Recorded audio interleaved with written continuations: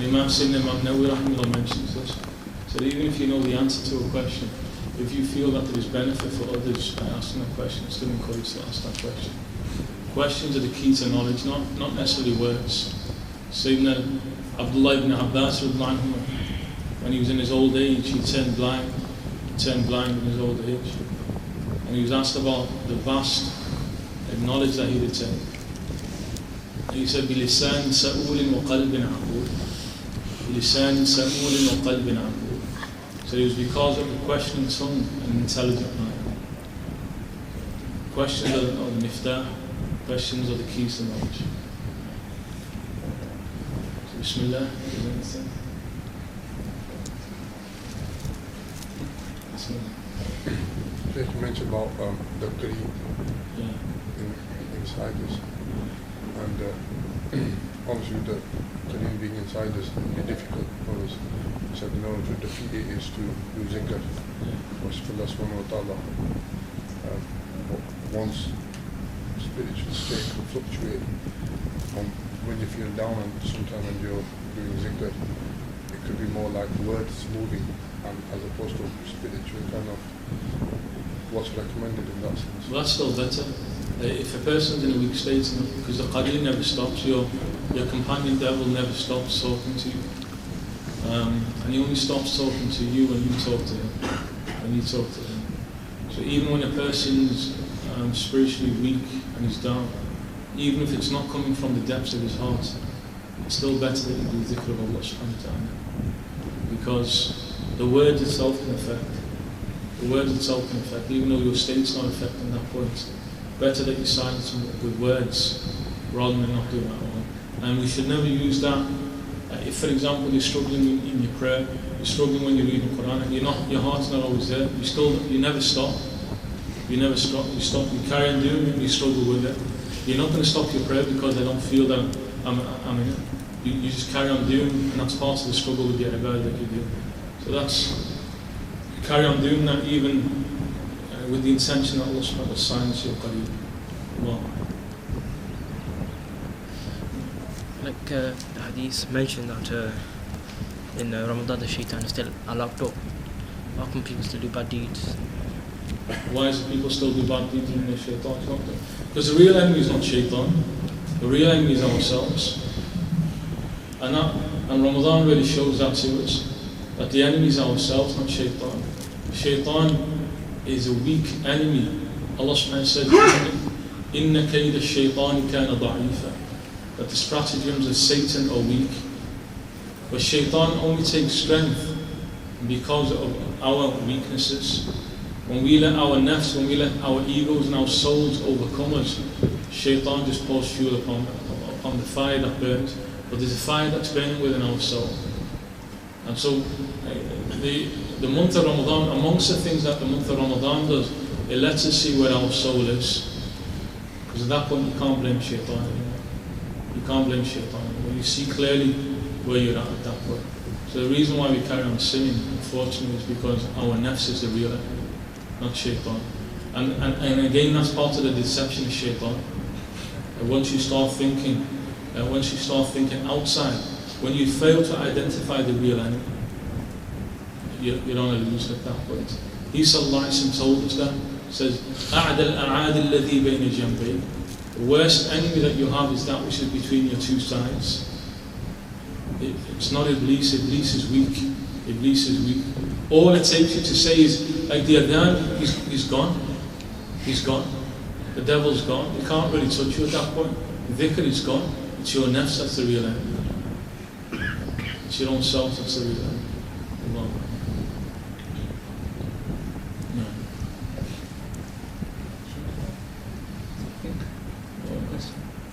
Comes the mic and address it for that one.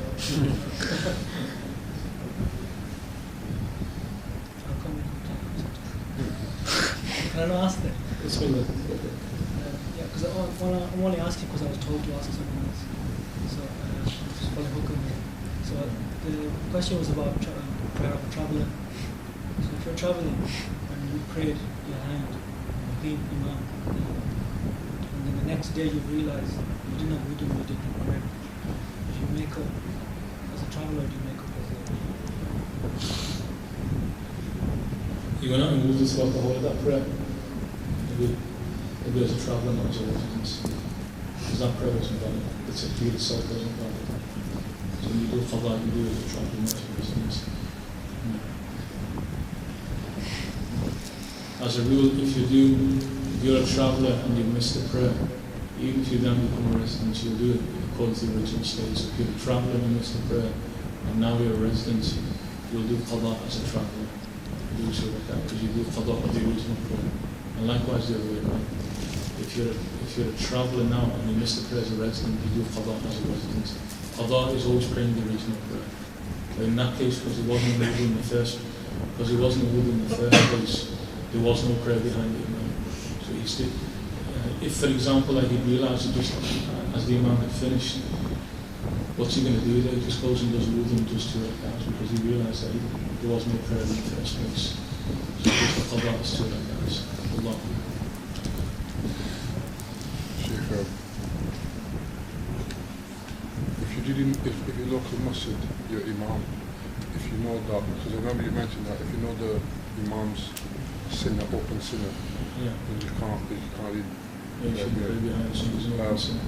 If an imam is known commonly known as a smoker, smokes cigarettes, was it better to go to another mosque who's maybe a little bit distant away, or continue praying behind that imam who smokes? Somebody smokes cigarettes, you wouldn't call him a fasiq. Although you may consider it to be wrong, you wouldn't call him. It doesn't give anybody justification to start smoking cigarettes. You wouldn't go around considering to be an open sinner, a blatant sinner. Because cigarettes is not something that's agreed upon. So it wouldn't be an issue praying behind that person. It wouldn't require the person to go. Give up your ciggies, everybody. That's your Ramadan resolution. No more cigarettes. Yeah. Sheikh, what about shisha? I've told you the answer already. You can ask 100 times, the answer's not going to change. Shishas are not permitted. They're not permitted, shishas are not permitted. So stop going.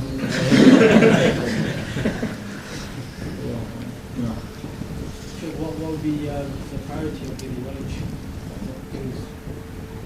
If you have a choice on different knowledges to gain, what would be the most important thing for a person to learn are those knowledges that are considered to be obligatory upon a person. And they can be summarized as follows. You must know what your belief is first, and that takes priority over everything. You must know what your belief is. And then after that, you must ensure that you know halal and haram in every area of your life. So you must know how to worship properly. You must know, if you're somebody who works in business, you must know what's lawful and what's prohibited in life. You must know halal and haram in every area of your life. And then you must know tasawwuf, ilm as-suluk. Now you've got the foundation in place, which is your belief. And you've set out the boundaries, the wall of the building, which is halal and haram. Now you need to start rising. And the pinnacle of suluk is he sallallahu alayhi wa sallam. The sadiq will only get to Allah if he knows the Messenger sallallahu alayhi wa sallam. So intrinsic within knowing the spiritual realities, and knowing the sins of the heart, and knowing the sins of the limbs, and knowing what's also required. Ultimately, it's to mirror yourself on him sallallahu alayhi wa sallam. So it requires that people know the Messenger sallallahu alayhi wa sallam. And then along with all of that, everybody should know how to read the Quran properly. Once you have those in place, then the rest of your life is a struggle to implement all of them. But once you've learned all of that, the learning is an easy process. It doesn't take a long time. If somebody says about it within the space of a year, you can learn everything that you need to learn. The difficulty is your lifetime struggle putting that into practice. And particularly, when you learn belief is just about your mind. It's just now that you hold the belief that Allah subhanahu is one, and the details about the sifat, the attributes of Allah, your belief about the messenger, your belief about the next world. It's just something that's registered there. Your ibadat, you know what breaks your prayer, you know what breaks your wudu, you know the details, that's there registered. The difficulty is putting into practice your spiritual journey to Allah subhanahu wa ta'ala. And that's the struggle of life. In Ramadan, is a good time to period to study knowledge? Yes, undoubtedly. There's not a doubt about that. And as a normal rule, Sayyidina Imam Malik rahimahullah, he said that. He would say, هذا شهر القرآن, this is the month of the Quran. And even the faqir, we would go to shuyukh, we were studying, we would go to shuyukh and ask for classes in Ramadan, they would refuse. It's the month of the Quran. It's the month of the Quran. In truth, all of the ibadat at once, that takes everything that we do takes a back seat for Quran. But having said that, we're talking here about high knowledges. If somebody does not know his obligations, that's a precedent in all times. If somebody doesn't know how to pray properly, if somebody doesn't know the sins of the tongue, he doesn't know what's haram for when he speaks, if that's a priority even in the month of Ramadan. Because you're not going to be able to do fasting properly if you don't know this. And you could well be saying certain things and you're invalidating your fast by that. You could be speaking certain words without realizing, and all the road of your fast is gone.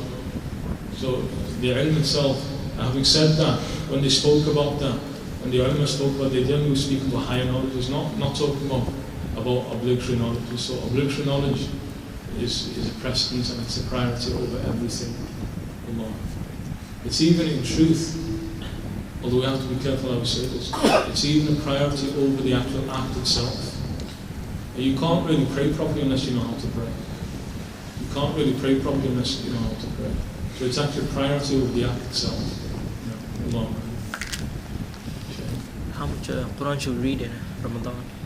How much should you read? The more the better. But be realistic. The more the better. If somebody says, okay, I'm going to do 10 khatm of Quran, he's never done one khatm in his life. Be realistic. The more the better. What you should do, you should look at what your normal reading of the Quran is and increase it in the month of Ramadan. But increase it with the intent that when Ramadan's over, that's your norm. You're not going back to the way it was before.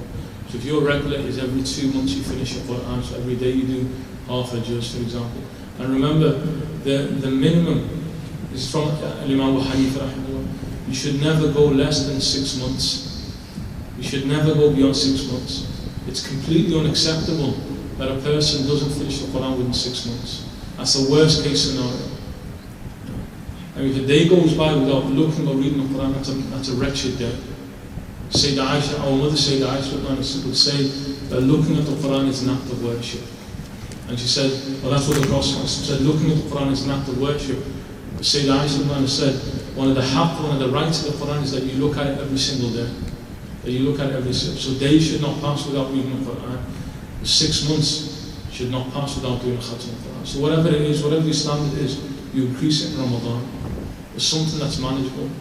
Imam al-Haddad rahimahullah made a point that one of the trappings of shaitan is that when you begin your spiritual journey, when you start doing ibadah, you set yourself unreachable goals. So you say now, hey, I'll do 10 khatm of Quran, you can barely read Quran. He's one. Shaitan's one. But he knows you're never going to be able to do it. The moment he planted that seed in your head, that I'm going to do all of this and this and this and this, and you know you can't do it, you're just deluding yourself. So what was the son of the Prophet? أَدْوَمُهَا وَإِنْقَلْ. It was consistent acts, even though they may be small. Consistent acts. If you can just do half a juz a day, half a spar of the Quran a day, which is manageable. For most people, if you make time, if you want to create time, very easy to do that. Half a juz a day. You just keep on doing that for 2-3 years. Set that in stone. That's an absolute. And then next Ramadan comes, pick it up, increase it to one juz a day, one spar a day, and then keep on going like that for years, and then just keep on doing it, because those drips become an ocean. Those drips become an ocean. But if you pour on the tap and just let it all gush out, you will drown. You will drown. You won't be able to continue. Just let it drip and drip and drip. Over time it becomes an ocean. So whatever's manageable. Yeah. How do you keep yourself motivated to keep going, to reading the Quran? Sometimes quite difficult. The motivation for everything in life is to think about death. The motivation of everything in life is to think about death. Is about death. And he sallallahu alaihi wasallam said, "Kafa bil mawti wa'idha." Kafa bil mawti wa'idha. Death is enough of an admonition. If you're going to stand at that grave, and it doesn't stir your heart is a rock. Nothing will ever penetrate it. If you look at that and you don't stir, if you look at a dead body in front of you, it doesn't touch anything within you, so that person's virtually a lost soul.